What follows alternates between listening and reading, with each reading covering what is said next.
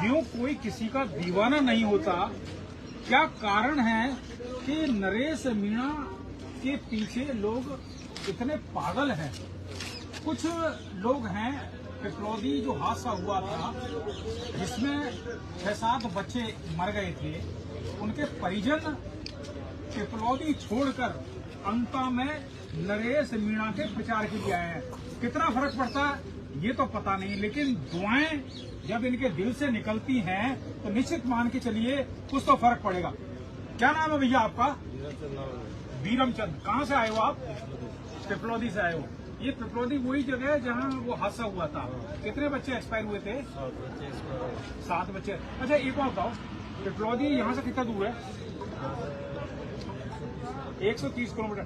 130 kilometre से चल के आप नरेश मीणा के लिए आए हो, ऐसा क्या कारण है भाई बताओ?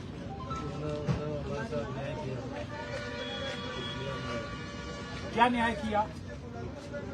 सरकार हमारी मदद नहीं कर पाई, हमारी बीजेपी की सरकार है जो हमारी मदद नहीं कर पाई है। तो सरकार से जो मदद हमारे नरेश बादशाह में करके दिखाई, मतलब नरेश जी ने आप लोगों की मदद की है। अच्छा किस प्रकार की मदद की है बताइए? क्या इन्होंने जो 1 करोड़ रुपए इकट्ठा करके और हमारे को दान किया है, हाँ। जो सरकार नहीं कर पाई इतना बड़ा करके इन्होंने 1 करोड़ रुपया? हाँ 1 करोड़ रुपए इकट्ठा किए। 1 करोड़ बहुत बड़ी रकम होती है। सरकार ने आज तक किसी को भी इतना पैसा नहीं दिया। ज्यादा से ज्यादा 8 लाख रुपए, 4 लाख रुपए, 8 लाख रुपए का जो ST एक्ट में प्रावधान है सरकार वही देती है, उसके लिए भी पैर घिसने पड़ते हैं। तो अब नरेश जी ने आपको 1 करोड़ रुपए का सहायता की है, इससे आप क्या करोगे? क्या करेंगे, हमारे भविष्य में काम आएंगे। मतलब मकान बनेगा या दुकान बनेगी क्या? कुछ तो नरेश जी ने कुछ तो इंस्ट्रक्शन दिए होंगे आपको। हम मकान भी बनाएंगे, सब कुछ करेंगे हम। अच्छा एक बात बताओ, आप वहाँ से आए हो, आपके यहाँ आने से नरेश जी को वोटों में क्या फर्क पड़ेगा ये बताओ आप? हम जिता के जाएंगे उनको। मतलब कैसे जिताओगे आप? जनता को दिखाएंगे कि भाई मतलब हमारे साथ में अन्याय हुआ, उस पर हमारे साथ दिया, नरेश जी ने न्याय किया, ये ना? अच्छा कितने लोग आए हो वहाँ से? जितने पीड़ित जो थे सब लोग आए? 20 आदमी आए। 20 आदमी आए। 20 आदमी आए। 20 आदमी आए वहाँ से।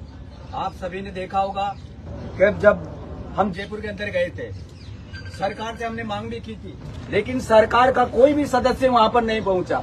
तब ये भाई साहब हमारे बीच में आकर खड़े हुए। भाई साहब कौन? नरेश जी भाई साहब। ऐसा बोलो ना। नरेश जी भाई साहब हमारे बीच में आए और सरकार को वहाँ मंच के माध्यम से हमने आह्वान किया, उनको बुलाया कि कोई भी सरकार का जो नुमाइंदा है वो हमसे यहाँ करके बात करे। लेकिन आप सभी ने वहाँ देखा होगा, मीडिया के आधार पर देखा होगा, सुना भी होगा, लेकिन वहाँ सरकार का कोई नुमाइंदा हमारी मदद करने के लिए, हमारी सहायता करने के लिए। नरेश जी ने आपके लिए तो भैया जान की बाजी लगा दी थी। जान की बाजी लगा दी। 15 दिन तक हमारे लिए भूखे रहे हैं और सरकार हमसे बात तक नहीं कर पाई। वहाँ पर आके कम से कम बात तो कर सकते, हम कुछ नहीं मांग रहे थे। लेकिन तो आप नरेश जी का एहसान चुकाने आए हो? एहसान चुकाने के लिए आए। हम यहाँ की जनता से कहना चाहते हैं कि ये गरीबों के मसीहा हैं। आप सभी ने देखा है किस प्रकार से हम गरीबों की जब आवाज कोई नहीं सुन रहा था, तब ये वहाँ जाकर नरेश जी मीणा हमारे बीच में आए और किस प्रकार से हमारी इन्होंने मदद की, हमारे लिए भूखे प्यासे पड़े रहे। आप सभी ने देखा होगा वहाँ जाकर। तो आप यहाँ गाँव जाकर प्रचार करो? गाँव जाकर करेंगे साहब। और हम तो सभी भील वासियों से, जो भी आदिवासी समाज से हैं, उनसे ही आह्वान नहीं करते, हम तो पूरे सर्व समाज से निवेदन कर रहे हैं कि ये हमेशा एक क्रांतिकारी वीर है। एक बात बताओ, आप भील समाज से हो जी। यदि मान लो भील की जगह कोई और होता तो भी नरेश जी मदद करते? बराबर कर रहे हैं। आप देख रहे हैं कि आप जंगल रामगढ़ में वहाँ पर भी ये गए हैं। कई इनके उदाहरण हैं जो हम तो ज्यादा इनके बारे में नहीं कर सकते, पूरी जनता जानते, पूरा राजस्थान जानता है इनके बारे में। ये नेता नहीं होते, उसे कोई पद नहीं होता है, फिर भी आप ये कितना संघर्ष करते हैं। आपका मतलब ये है जी, आपका मतलब ये है कि जब रात हुई है मतवाली तो सुबह का आलम क्या होगा? यानी नरेश जी जीत जाते हैं तो फिर ना बदल देंगे, ये है ना आपका मतलब? अरे जीते नहीं तब भी आपको याद है कि बिना जीते भी ये काम करके दिखाते हैं। आपको याद है कसम 2023 में इन्होंने किस प्रकार से 12 जिले के अंदर किसानों को मुआवजा दिलाया था 81 करोड़ का। तो यही बिना पद के ही काम करवाते तो नेता बना देंगे यहाँ की जनता। तो आप समझ सकते हैं कि ये क्या काम करवा सकते हैं, यहाँ की कायाकल्प पलट सकते हैं जनता वही की। तो हम कह रहे हैं कि जब रात हुई है मतवाली तो सुबह का आलम क्या होगा। यदि बिना किसी पद के लोगों की इतनी दीवानगी से मदद कर रहे हैं और यदि जनप्रतिनिधि बन जाते हैं तो निश्चित मान के चलो आपको उम्मीद है कि मदद करेंगे। बराबर उम्मीद है। और ये लोग ऐसे ही नहीं आ रहे हैं, कुछ तो इनके अंदर होगा, तभी तो ये इतनी भीड़ यहाँ पर आई हुई है। पैसे देकर तो नहीं बुला रहे। बिल्कुल नहीं, 1 रुपए का दाग नहीं है। हम गुट मतलब जो भी जर्दा बीड़ी करते हैं हमारी जेब से खर्चा करते हैं सर। नहीं, कहते हैं कि कैंडिडेट बहुत पैसे बांट रहे हैं। बांट रहे होंगे, लेकिन नरेश भाई साहब का 1 अच्छा रुपए एक बात बताओ, आपको यदि कोई कैंडिडेट पैसे दे देता है 1 करोड़ रुपए का 10 लाख भी खरीदे, हम खरीदने वाले, हम जिस प्रकार से ये नहीं बिकते हैं उसी प्रकार से हम भी नहीं बिकते हैं। आप सभी ने वहाँ भी हम